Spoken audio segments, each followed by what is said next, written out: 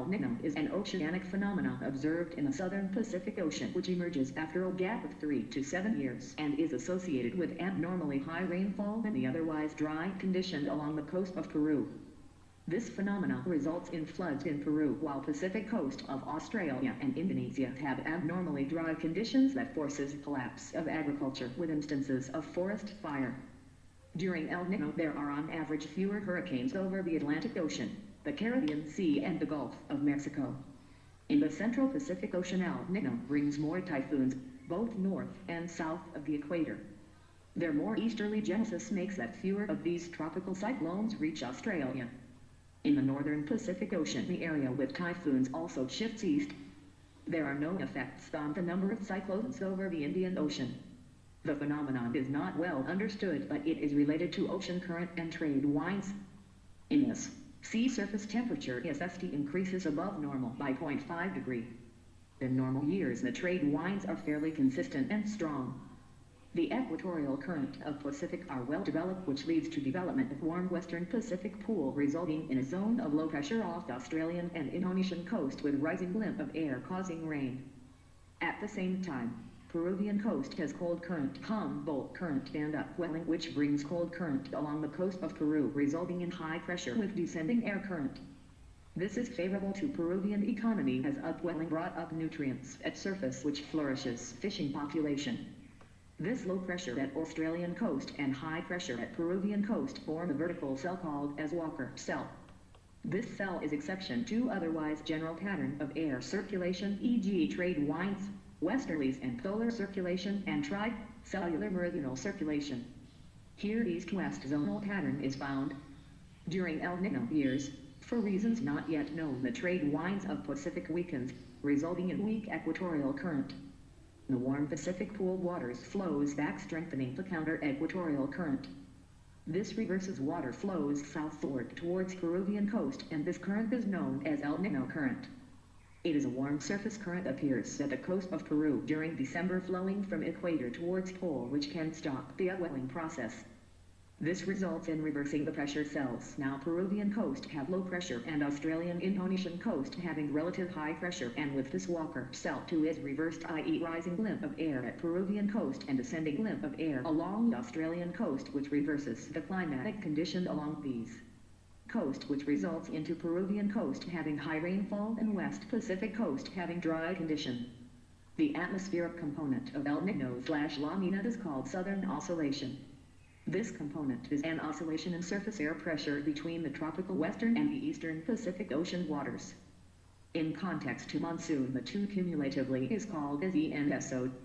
The strength of its southern oscillation is measured by the Southern Oscillation Index SWAP. It is computed by taking air pressure ocean difference between Tahiti in eastern Pacific Ocean and Darwin in western Pacific. An El Nino year will have negative value of SWAP, that means eastern Pacific has below normal pressure over Tahiti and above normal pressure over Darwin. La Nina. This is another climatic extreme and is opposite of El Nino. It is also called as El Viejo, the little girl, anti-El Nino, or simply a cold event or a cold episode. In this trade winds are abnormally very strong. This makes warm western Pacific pool strong, very strong Peruvian current and an intensified Walker cell. Consequently there is strong upwelling at the coast of Peru and it support very good fishing, but due to oversupply flooding happens. As heavy supply of fishes drags down the prices which is adverse for Peruvian economy. On opposite of it western Pacific countries have abnormally high rainfall which causes flood. In the U.S., winter temperatures are warmer than normal in the southeast and cooler than normal in the northwest during a La Nina year. Temperatures are warmer than normal in the southeast and cooler than normal in the northwest. Snow and rain is experienced on the west coast and unusually cold weather in Alaska. During this period there are higher than normal number of hurricanes in the Atlantic. Effects of El Nino on India. ENSO known to have a significant impact on the strength of southwest monsoon over India, with a monsoon being weak causing droughts in India during the El Nino years, whereas La Nina years had particularly good monsoon strength over India, but ENSO does not have a one-to-one correspondence, i.e. not all El Nino years have produced drought in India. During El Nino years probability is high that there will be less rainfall in India, but this need not be necessary. El Niño Monarchy and La Nino Monarchy and Eso Monarchy. These are associated with Central Pacific, rather than the Eastern Pacific as the typical El Niño/La Nino event does. Teleconnection in these are different from teleconnection pattern of conventional El Niño. During El Niño Monarchy, the sea surface temperature SST anomaly in Eastern Pacific is not affected, but warm anomaly arises in the Central Pacific flanked by cold anomalies on both sides of the basin. Together with its counterpart La Nina Monarchy, when colder Central Pacific is flanked by warmer Eastern and Western Pacific, the new phenomenon is now called as the ENSO Monarchy that assumes both warm and cold phases of its behavior. The associated decadal changes in the sea level are shown to affect not only the islands of Central Pacific but remote regions off California and southwestern Indian Ocean.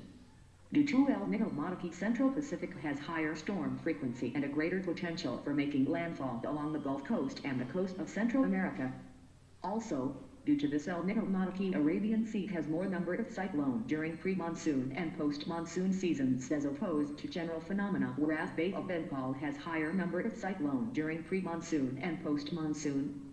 The reason why El Niño Monarchy brings only fewer numbers of cyclones in the Bay of Bengal is because one of the two descending limbs of the Walker Cell is over the Western Pacific and Bay of Bengal. The descending limb causes dry conditions not conducive for cyclone formation. The ascending limb of the Walker Cell, on the other hand, brings rain. Also, the El Niño Monarchy creates stronger divergence over the Western Pacific and Bay of Bengal compared to El Niño. Divergence opposite of convergence means surface winds move away from each other and result in low relative vorticity rotational flow of winds. These conditions are not conducive for cyclones.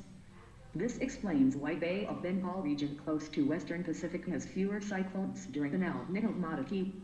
On the other hand, there is large convergence over the Arabian Sea during the El Niño Monarchy, explaining a large number of cyclones in that region.